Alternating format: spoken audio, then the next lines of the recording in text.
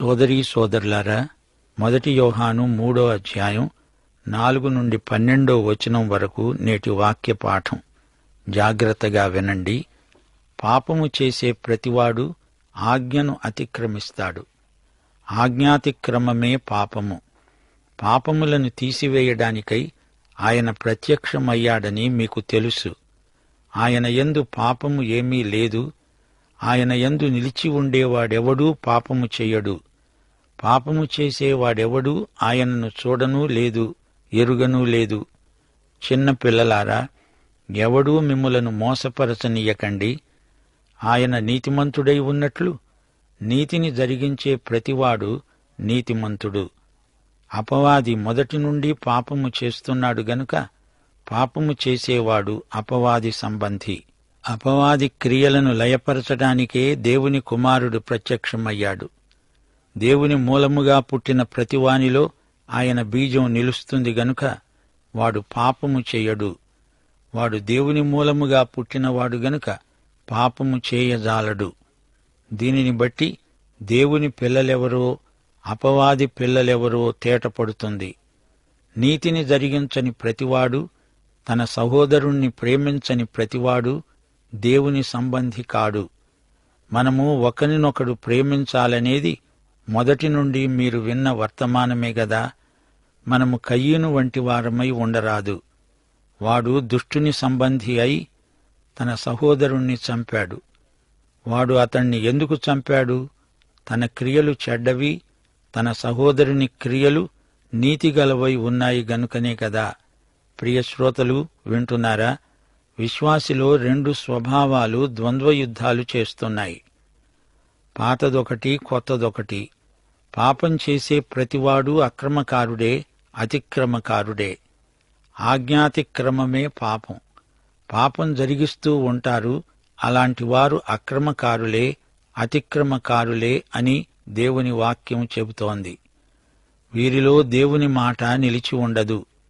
ధర్మశాస్త్ర వ్యతిరేక జీవిత విధానాలు. ఆజ్ఞాతిక్రమం పాపమే. ఆజ్ఞలు ధర్మశాస్త్రంలో ఉన్నాయి. వాటిని ఉల్లంఘించే వారినే దేవుడు పాపులు అంటున్నాడు. ఇది సర్వసాధారణ నిర్వచనం, నియమం. ఆజ్ఞాతిక్రమమే పాపము. ధర్మశాస్త్రం వచ్చి మనము పాపులమని నిరూపించింది. ధర్మశాస్త్రం దేవుని నైతిక ప్రమాణాన్ని పైకెత్తి పట్టి చూపింది. ధర్మశాస్త్రం మనలను రక్షించదు. ధర్మశాస్త్రం మన రక్షకుడు కాదు. మానవుడు నిలువెల్లా పాపి అని చూపడానికి ధర్మశాస్త్రం వచ్చింది. పాపము దేవుని చిత్తానికి పూర్తిగా వ్యతిరేకం. దేవుని చిత్తానికి ఎదురు తిరిగేవాడే పాపి. మనిషి తన స్వంత చిత్తంతో ఏది చేసినా అదంతా పాపమే. రోమాపత్రిక 8వ అధ్యాయం 5వ వచనంలో పౌలు ఈ సత్యాన్ని వివరిస్తూ అన్నాడు, శరీరానుసారులు శరీర విషయముల మీద మనస్సుంచుతారు, ఆత్మానుసారులు ఆత్మ విషయముల మీద మనస్సుంచుతారు. శరీరానుసారమైన మనస్సు మరణము, ఆత్మానుసారమైన మనస్సు జీవము, సమాధానము అయి ఉన్నది. నీవు శరీరమందా ఆత్మయందా ఎందులో జీవిస్తున్నావు? ఈ ప్రశ్నకు ప్రతి విశ్వాసి జవాబు చెప్పక తప్పదు. శరీరానుసారమైన మనస్సు దేవునికి విరోధమే. అది దేవుని ధర్మశాస్త్రమునకు లోబడదు, ఏమాత్రమును లోబడనేరదు. కాగా శరీర స్వభావము గలవారు దేవుణ్ణి సంతోషపరచనేరరు. శరీరానుసారులు ఎంత భక్తిగా ఉన్నట్లు ప్రకటించినా దేవునితో సహవాసము గలవారు కారు. పాపమంటే ఏమిటో ధర్మశాస్త్రము రాకముందు ఎవరికీ తెలియదు. గనుక పాపమనేది ఉన్నా అది ఆజ్ఞాతిక్రమము కాదు. పాపమును జరిగించేవాడు ఆజ్ఞాతిక్రమమును జరిగించేవాడవుతున్నాడు. రోమాపత్రిక 5వ అధ్యాయం 12వ వచనంలో పౌలు చెప్పాడు, ఒక మనుష్యుని ద్వారా పాపము, పాపము ద్వారా మరణము లోకములో ఎలా ప్రవేశించాయో అలాగుననే మనుష్యులందరూ పాపము చేసినందున మరణము అందరికీ సంప్రాప్తమైంది. అనగా మనము ఆదామునందు పాపం చేశాము. ఆదాము పాపము మన పాపమైంది. ధర్మశాస్త్రము వచ్చిందాకా పాపము లోకములో ఉంది గాని ధర్మశాస్త్రము లేనప్పుడు పాపము ఆరోపించబడదు. అనగా ధర్మశాస్త్రము రాకముందు కూడా మనిషి పాపే, దేవునికి అవిధేయుడే. అయితే అది ధర్మశాస్త్ర అతిక్రమం కాదు. ధర్మశాస్త్రం ఇంకా రాలేదు గదా. రోమాపత్రిక 5వ అధ్యాయం 14వ వచనం ఇంకా అంటోంది, ఆదాము చేసిన అతిక్రమమును పోలి పాపము చేయని వారి మీద కూడా ఆదాము మొదలుకొని మోషే వరకు మరణము ఏలింది. ఆదాము రాబోయే వానికి గుర్తయి ఉన్నాడు. మనుషులు పాపం చేశారు. ఎందుకు? వారు పాపులు గనుక పాపం చేశారు. యెషయా 53వ అధ్యాయం 6వ వచనంలో రక్షణ లేని ప్రతి మనిషి చిత్తరువు తేటగా కనపడుతోంది. మనమందరము గొర్రెల వలె త్రోవ తప్పిపోయాము. మనలో ప్రతివాడు తనకిష్టమైన త్రోవకు తొలిగాడు. యెహోవా మనందరి దోషమును అతని మీద మోపాడు. ప్రతి ఒక్కడు తనకు ఇష్టమైన త్రోవకు తొలిగాడంటే అదే పాపం. మన స్వంత త్రోవకు దేవుని త్రోవ నుండి తొలగడమే పాపం. చిన్న బిడ్డ ఎందుకు అలా ఏడుస్తోంది? తన స్వంత కోరిక తీరాలని. అది మానవుని సహజాతం. దేవుణ్ణి త్రోసిరాజని తన స్వంత చిత్తానికి తొలగిపోయి మానవుడు ఆజ్ఞాతిక్రమం చేసిన వాడవుతున్నాడు. దేవునికి తిరుగుబాటు చేసే మనస్తత్వం. అయితే తిరిగి జన్మించిన వ్యక్తిలో కొత్త స్వభావం గెలుస్తుంది. దాన్ని మనం గెలిపించాలి. మన పాపాలను తీసివేయడానికి యేసు ప్రత్యక్షమయ్యాడు. ఆయనలో పాపమేదీ లేదు. యోహాను సువార్త 1వ అధ్యాయం 29వ వచనం, ఇదిగో లోక పాపమును మోసికొని పోయే దేవుని గొర్రెపిల్ల. పాపము వల్ల వచ్చే శిక్షను ఆయన భరించాడు. యోహాను సువార్త 3వ అధ్యాయం 16వ వచనం, దేవుడు లోకమునెంతో ప్రేమించి యేసుక్రీస్తును మనకు అనుగ్రహించాడు. ఆయన యందు విశ్వసించేవాడెవడూ నశించడు, నిత్యజీవం పొందుతాడు. లోక పాపం నిమిత్తం యేసు చనిపోయాడు. అయితే యోహాను పత్రికలో విశ్వాసి జీవితంలో పాపమును అభ్యసించే సహజాతాన్ని ఆయన తొలగిస్తాడు. ఆయన మన పాపాలకు శాంతికరం, ప్రాయశ్చిత్తం. పాపము యొక్క శక్తి నుండి మనల్ని రక్షిస్తున్నాడు. ఆయన యందు పాపము ఏమాత్రమునూ లేదు. యేసు మరణం విమోచనాత్మకమైనది. ఆయన మనకు పాప పరిహార బలి. ఆయన ఏ మచ్చ కళంకము లేని దేవుని గొర్రెపిల్ల. అపరాధ భావన కూడా ఆయనే తొలగించగలడు. మనలను పాప స్వభావము నుండి, సహజాతము నుండి ఆయనే విడిపించగలడు. ఆయన కొరకే జీవించగల కొత్త స్వభావం మనకు సంక్రమించింది. ఆయన యందు నిలిచి ఉండేవాడు ఎవడూ పాపం చెయ్యడు. అనగా అతనిలోని కొత్త స్వభావం పాపం చెయ్యదు. పాపరహితుడైన యేసు మన కోసమై పాపముగా చేయబడ్డాడు. అందుచేత మనము దేవునితో సమాధానపరచబడ్డాము. ఆత్మ ద్వారా క్రీస్తు నీలో జీవిస్తున్నాడు. మన కొత్త స్వభావం మనలో ఉండి జీవించే క్రీస్తు జీవమే. నీవు దేవుని బిడ్డవు. నీ పాత స్వభావంతో కొత్తది ఏకీభవించదు, పాపం చెయ్యదు. క్రీస్తునందున్న విశ్వాసి పాపమును అభ్యసించజాలడు, పాపమందు జీవించడు. పాపి అయితే ఎల్లప్పుడూ పాపములో జీవిస్తాడు. అయితే దేవుని బిడ్డకు నూతన స్వభావమున్నది. అందుకే పాప జీవితం అతనికి ఇష్టముండదు, అసహ్యమనిపిస్తుంది. లూకాసు వార్త 15వ అధ్యాయం 11 నుండి 24వ వచనం వరకు తప్పిపోయిన కుమారుని కథ ఇదే సత్యాన్ని మనకు బోధిస్తుంది. పందుల కొట్టంలో పందుల మందలుంటాయి. కుమారులు పందుల మందలో ఉండరు. అయితే కుమారుడు కొంతకాలం పందుల మధ్య ఉన్నాడు. నిజమే, ఉన్నాడు. అయితే అందులో నుంచి బయటపడ్డాడు. రాను రాను పందుల మధ్య జీవితం అతనికి దుర్భరమనిపించింది. అతడు తండ్రి దగ్గరికి పరిగెత్తుకుంటూ వెళ్ళాడు. తన తండ్రి నీతిమంతుడు. తాను నీతిమంతుడుగానే బతకాలని ఆశించాడు. పంది బతుకు నాకు వద్దు అని తీర్మానించుకున్నాడు. రక్షించబడినప్పుడు పాప ఫలితమైన మరణం నుండి ప్రభువు తప్పించాడు. ఆ తరువాత పాపము యొక్క దుష్ట శక్తి నుండి ఆయన తప్పిస్తూనే ఉంటాడు. ఒకానొక రోజున ఆయన వచ్చి పాపమనేది లేకుండా పూర్తిగా తొలగిస్తాడు. దేవుని కుమార్తెలు, దేవుని కుమారులు దేవుని స్వభావము కలిగి జీవిస్తారు. దేవుని బిడ్డ పాపం చేస్తే రక్షణానందాన్ని కోల్పోతాడు, కాని రక్షణ పోదు. తప్పిపోయిన కుమారుడు పందుల మధ్య ఉన్నంతకాలం అతనికి ఆనందం లేదు. తండ్రి దగ్గరికి వచ్చి మహానందం అనుభవించాడు.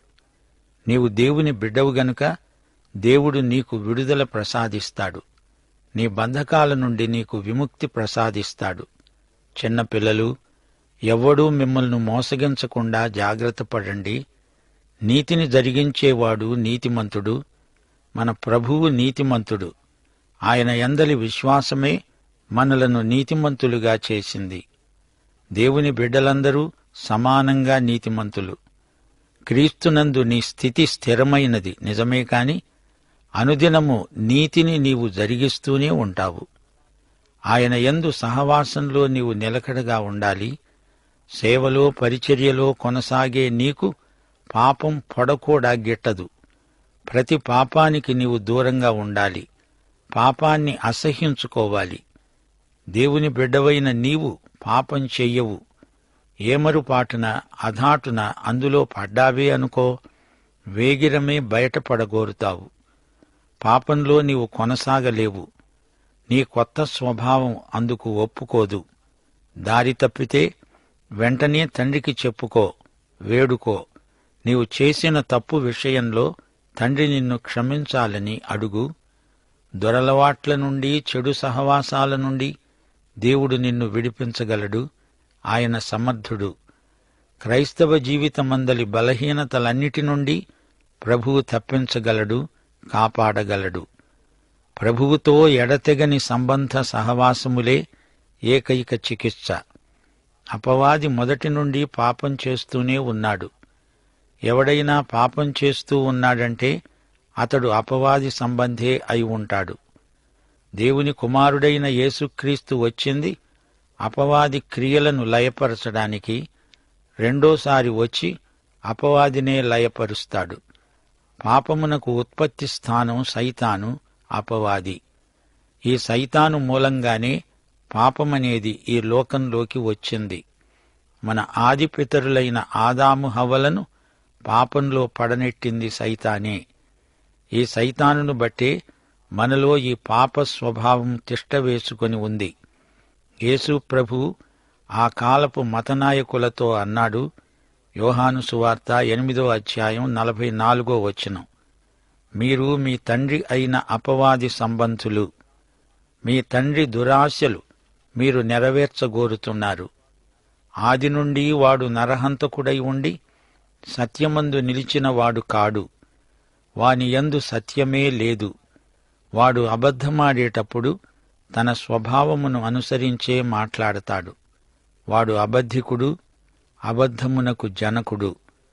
నీ తండ్రి దేవుడైతే నీలో దేవుని పోలికలుంటాయి. దేవుని స్వభావం నీకుంటుంది. తండ్రి గుణాలే కుమారునికి వస్తాయి. సైతాను పాపాలే చేస్తాడు, చేస్తూనే ఉన్నాడు. అపవాది ఎల్లప్పుడూ దేవునికి వ్యతిరేకంగా తిరుగుబాటు లేవదీస్తూనే ఉంటాడు. అపవాది క్రియలను లయపరచగల యేసే నీకు విడుదల ప్రసాదించగలడు. ఆయనే పరమవైద్యుడు. నీ సమస్యలు ఎలాంటివైనా, అవి మానసికమైన, శారీరకమైన, ఆధ్యాత్మికమైన, నైతికమైన, ఆయన మాత్రమే నీకు శాశ్వతమైన సహాయం చేయగలడు. ఆయన మనందరికీ నమ్ముకోదగిన సహాయకుడు. సర్వలోక పాపాన్ని మోసుకుపోయిన దేవుని గొర్రెపిల్ల యేసే. శిలువ మీద పాపాన్ని తొలగించిన యేసు అనుదిన జీవితంలోని పాపాలను తొలగించగలడు. ఆయన పాపరహితుడు. ఆయనలో పాప స్వభావం లేదు. హెబ్రీ పత్రిక 7:26 పవిత్రుడు, నిర్దోషి, నిష్కల్మషుడు, పాపులలో చేరక ప్రత్యేకముగా ఉన్నవాడు, ఆకాశమండలము కంటే మిక్కిలి హెచ్చైనవాడు అయిన ఇట్టి ప్రధాన యాజకుడు మనకు సరిపోయినవాడు. ఆయన మానవుడై అవతరించాడు. ఆయన మన పాప పరిహారము నిమిత్తము శిలువపై బలి అయిన దేవుని గొర్రెపిల్ల. మన పాప శిక్షను తాను భరించాడు. మన పాపాలను తీసివేయడానికే ఆయన ప్రత్యక్షమయ్యాడు. అనగా విశ్వాసులు చేసే పాపాలు, పరిశుద్ధ జీవితాన్ని మనకు సాధ్యం చెయ్యడానికే యేసు ప్రభువు ఇదంతా చేశాడు. ప్రతి విశ్వాసిలో 2 స్వభావాలున్నాయి. రోమాపత్రిక 7వ అధ్యాయంలో పౌలు ఇదే అంశాన్ని చర్చించాడు. 19వ వచనం, నేను చేయగోరే మేలు చేయక చేయగోరని కీడు చేస్తున్నాను. కొత్త స్వభావం మేలు చేస్తానంటుంది గాని పాత స్వభావం దాన్ని వెనక్కు లాగుతుంది. పాత స్వభావం దేవుణ్ణి సేవించదు, దేవునికి తిరుగుబాటు చేస్తుంది. శరీరానుసారమైన మనస్సు దేవునికి విరోధం. శరీర స్వభావము గలవారు దేవుణ్ణి సంతోషపెట్టనేరరు. నీవు తిరిగి జన్మించే వరకు దేవుణ్ణి మెప్పించలేవు, సంతోషపెట్టలేవు. రోమాపత్రిక 8వ అధ్యాయం 9వ వచనం, దేవుని ఆత్మ మీలో నివసించి ఉన్న ఎడల మీరు ఆత్మ స్వభావము గలవారే కాని శరీర స్వభావము గలవారు కారు. ఎవడైనా క్రీస్తు ఆత్మ లేనివాడైతే వాడాయన వాడు కాడు. యోహాను ఈ మాటలు తిరిగి జన్మించిన యథార్థ విశ్వాసులకు చెబుతున్నాడు. తిరిగి జన్మించిన విశ్వాసి స్వభావం పాపానికి పూర్తిగా వ్యతిరేకం. తప్పిపోయిన కుమారుడు పందుల కొట్టానికి దూరంగా వెళ్లిపోతేనే కాని తండ్రికి దగ్గరగా రాలేడు. తండ్రి పందుల మధ్య దొరకడు. మీకు కొత్త స్వభావం వచ్చింది నిజమే కాని పాత స్వభావం నీలో నుండి పోలేదు. అందుకే రోమాపత్రిక 7వ అధ్యాయం 24వ వచనంలోని ఆక్రందన, అయ్యో, మరణమునకు లోనైన ఈ శరీరము నుండి నన్ను ఎవడు విడిపిస్తాడు? దేవుని ఆత్మ మాత్రమే అట్టి విడుదల ప్రసాదించగలడు. నిన్ను పట్టి పీడించే పాపమేదో దాన్ని పసికట్టి ప్రభువుకు అప్పగించు. విశ్వాసి తనలోని కొత్త స్వభావంతో సహకరించాలి. తిరిగి జన్మించిన వ్యక్తిలో దేవుని బీజము నిలిచి ఉంది గనుక అతడు పాపము చెయ్యడు, చెయ్యలేడు. మరచిపోకండి, పాపమంటే దేవుని ఆజ్ఞను ఉల్లంఘించటం. పాపం చేసేవాడు దేవుని న్యాయం దృష్ట్యా అక్రమకారుడే. మన పాప పరిహారం కొరకే యేసు వచ్చాడు. రక్షించబడిన వారికి పరిశుద్ధ జీవితాన్ని సాధ్యం చేశాడు యేసు ప్రభువు. పాపరహితుడైన యేసే మనకు మాదిరి. పరిశుద్ధ జీవితం సాఫీగా కొనసాగాలంటే దేవునితో ఎడతెగని సహవాసముండాలి. క్రీస్తునందు నిలిచి ఉండే వ్యక్తికి పాపం చేసే అలవాటు ఉండదు. అలవాటు చొప్పున పాపం చేసేవానికి యేసు ప్రభు ఎవరో తెలీదు. అతడు యేసు ప్రభువును ఆత్మయందు అనుభవించినవాడు కాడు. అతని విశ్వాస నేత్రాలకు గుడ్డితనం ప్రాప్తించిందని అర్థం. నీతి క్రియలు నైతిక సౌశీల్యం పండించే పంట. తిరిగి జన్మించిన ప్రతి వ్యక్తి నీతి క్రియలు జరిగిస్తాడు. దేవుని కుటుంబ లక్షణమే పరిశుద్ధత. నీతికి వ్యతిరేక పదమే పాపం. పాపం సైతానీయ స్వభావం, లక్షణం. యేసుక్రీస్తు యొక్క విమోచనాత్మక క్రియ ఏమిటనుకున్నారు? సైతాను క్రియలను లయపరచటమే యేసు చేసిన క్రియ. యేసు లయపరిచేదాన్ని దేవుని బిడ్డలు చేయవచ్చునా? చెయ్యకూడదు. దేవుని బీజం విశ్వాసులో నిలిచి ఉంది. దేవుని బిడ్డలెవరో, సైతాను బిడ్డలెవరో వారి వాలకమే చెబుతుంది. మన నైతిక శీలం సహోదర ప్రేమలో కానవస్తుంది. మనం ఒకరినొకరము క్షమించుకోవాలి, ప్రేమించుకోవాలి. కయీను తన సోదరుణ్ణి హత్య చేశాడు. సోదర హత్య మానవ కుటుంబంలో కయీనుతోనే మొదలైంది. ప్రభు అయిన యేసుక్రీస్తు వారి దివ్య కృప, తండ్రి అయిన దేవుని పరమ ప్రేమ, పరిశుద్ధాత్మ యొక్క అన్యోన్య సహవాసము మనకందరికీ సదాకాలము తోడై ఉండునుగాక. ఆమేన్.